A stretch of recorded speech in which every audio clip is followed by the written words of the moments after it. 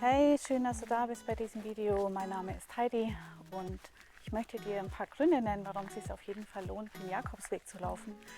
Ich bin den Camino Português da Costa gelaufen, aber natürlich gelten die Gründe auch für alle anderen Jakobswegsrouten. Und Grund Nummer 1 ist, es zieht dich magisch an. Du hörst immer wieder was davon, du guckst dir Videos an wie dieses hier und ja, du hast irgendwie so einen inneren Drang, das Ganze zu machen. Und das ist doch ein Zeichen dafür, dass es vielleicht eine gute Idee wäre, es auch mal zu tun. Also magische Anziehung. Dann, du willst laufen.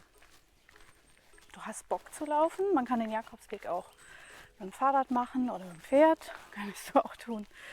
Aber du hast Lust zu laufen. Bei mir war das so, ich laufe sehr viel und ich wandere sehr viel und manchmal ist es ein bisschen langweilig, dann immer im Kreis zu gehen oder so Routen zu gehen, und mich hat es total angefixt, da auf ein Ziel zuzulaufen.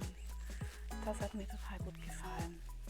Ja, also Grund 2, du möchtest laufen. Und Grund 3, warum du es machen solltest, du steckst in deiner Komfortzone fest. Also du bist von deinem Alltag unterwegs und passiert aber irgendwie nicht wirklich was Neues und du willst mal was ganz anderes ausprobieren, die Komfortzone verlassen, dich auf Neues einlassen, dann ist der Jakobsweg da auf jeden Fall eine sehr gute Option. Grund 4, du möchtest zur Ruhe kommen. Also nicht nur die Komfortzone, dass die eben die Komfortzone ist, sondern vielleicht hast du sehr viel Stress, vielleicht fühlst du dich getrieben, vielleicht hast du einfach das Gefühl, ich muss hier raus.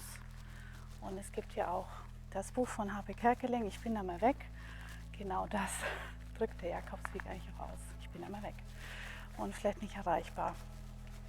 Und der letzte Beweggrund, den ich dir mitgeben möchte, ist, vielleicht hast du gerade eine Krise zu verarbeiten, hast eine schwierige Lebensphase oder ja, einfach so Gedanken, dass du denkst, Mensch, es würde mir mal richtig gut tun, so weg von allem, ja, und mir für mich selbst Gedanken zu machen, vielleicht, wie geht es meinem Leben weiter.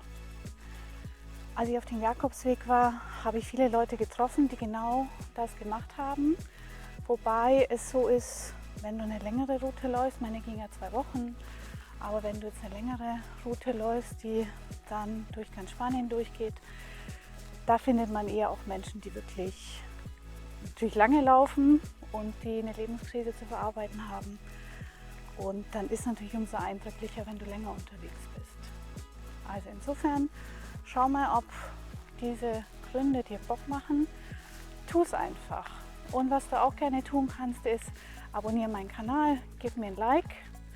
Da freue ich mich auf jeden Fall, damit dieses Video auch vielen anderen angezeigt wird, die sich für den Jakobsweg interessieren. Und schau die anderen Videos auf meinem Kanal, die drehen sich ganz viel um Jakobsweg und Reisen. Bis dann!